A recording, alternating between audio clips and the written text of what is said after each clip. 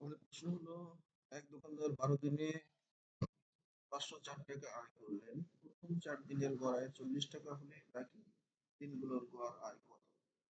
তাহলে এখানে চেয়েছি বাকি দিনগুলোর গড়। মোট 4 দিনে, 12 দিনের মধ্যে 4 দিন দেওয়া আছে। বাকি দিন তাহলে 4 দিনের মোট কত আয় করে সেটাকে আমরা বের করি। তাহলে আমরা লিখি 4 দিনের গড় আয় 40 টাকা।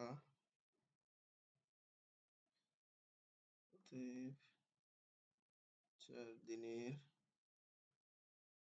মোট আয়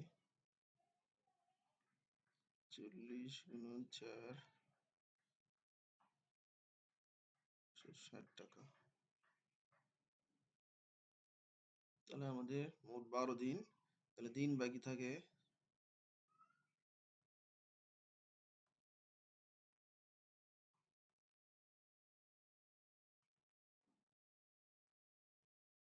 12 বিয়োগ 4 = 8 দিন।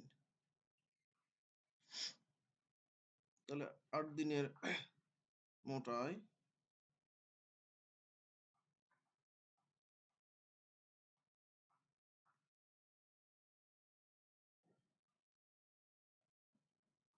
8 দিনের মোট আয়,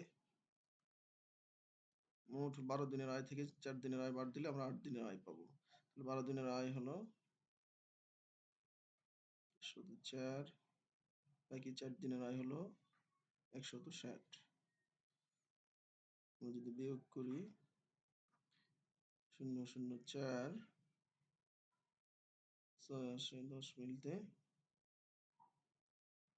4, 1, 2, 2 আছে 3 মিল 5 মিলতে 3, 340 টাকা।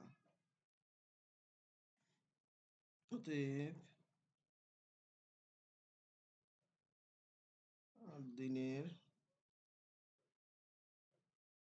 গড় আয় হবে, মোট আয় এত হলে গড় আয় হবে 144 ডিভাইডেড বাই 8।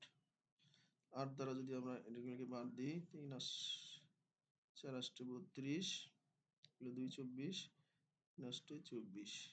তাহলে আমাদের অ্যান্সার হচ্ছে উত্তর